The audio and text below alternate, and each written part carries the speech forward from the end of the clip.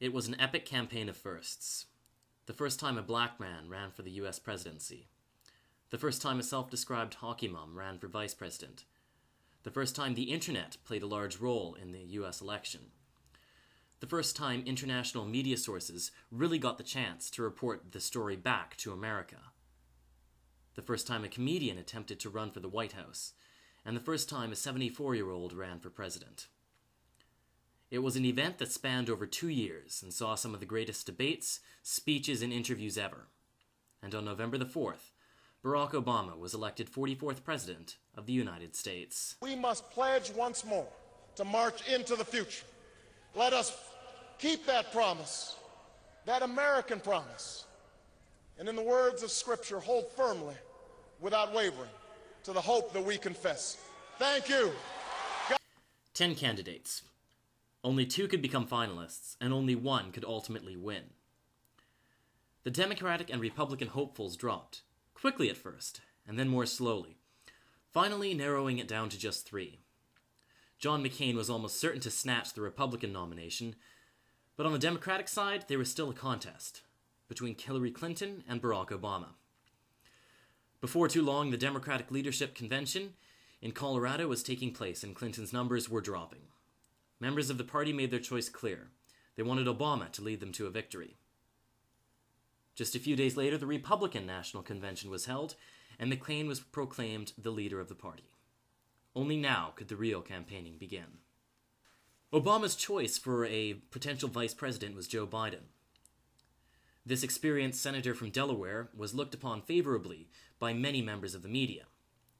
McCain's choice, however, was looked upon as foolish, even stupid, by many commentators and analysts. Sarah Palin, a lock, stock, and barrel conservative from Alaska, proved time and time again that she was woefully underqualified for the job. It was easy for left-wing commentators, comedians, members of the mainstream media, and even this station to rip into her. She contradicts herself and has little foreign policy experience. Sarah Palin, folks, is not someone you want in the White House. You know, Hillary and I don't agree on everything.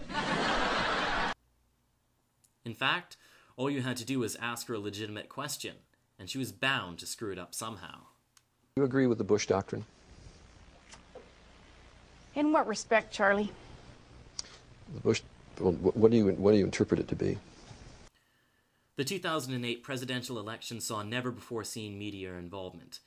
It was, for the first time during this election, that CNN teamed up with an internet site, YouTube, to bring the views of ordinary Americans to the world. The CNN YouTube debates were a perfect opportunity for Americans to voice their concerns.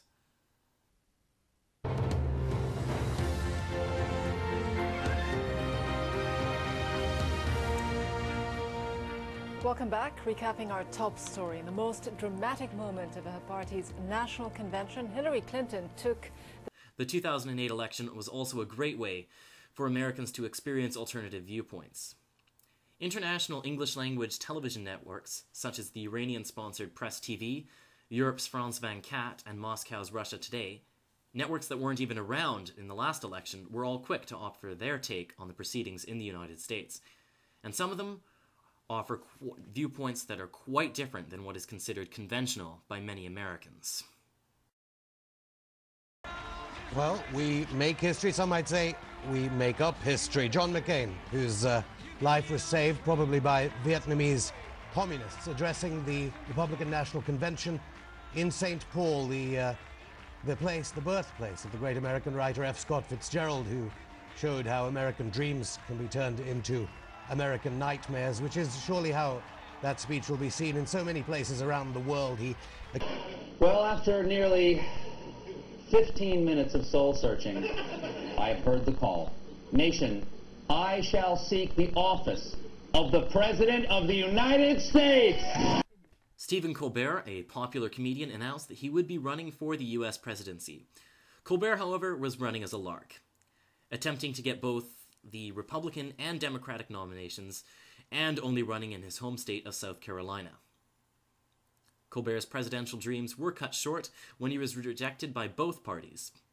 However, he did go on to make history in another way. The U.S. election marked the first time that Jon Stewart and Stephen Colbert hosted a program that was actually live on Comedy Central together. Win this thing, and if he does, I don't have any thoughts. Americans seem to hope that Barack Obama's election is the end-all solution to their problems. However, Mr. Obama is inheriting a country that is deeply in debt, is involved in 2 unpopular wars, and who has an economy that is tanking. Can Mr. Obama really turn America's downward spiral around, or will his efforts be futile? Only time will answer those questions. For iNet, this is Christopher reporting.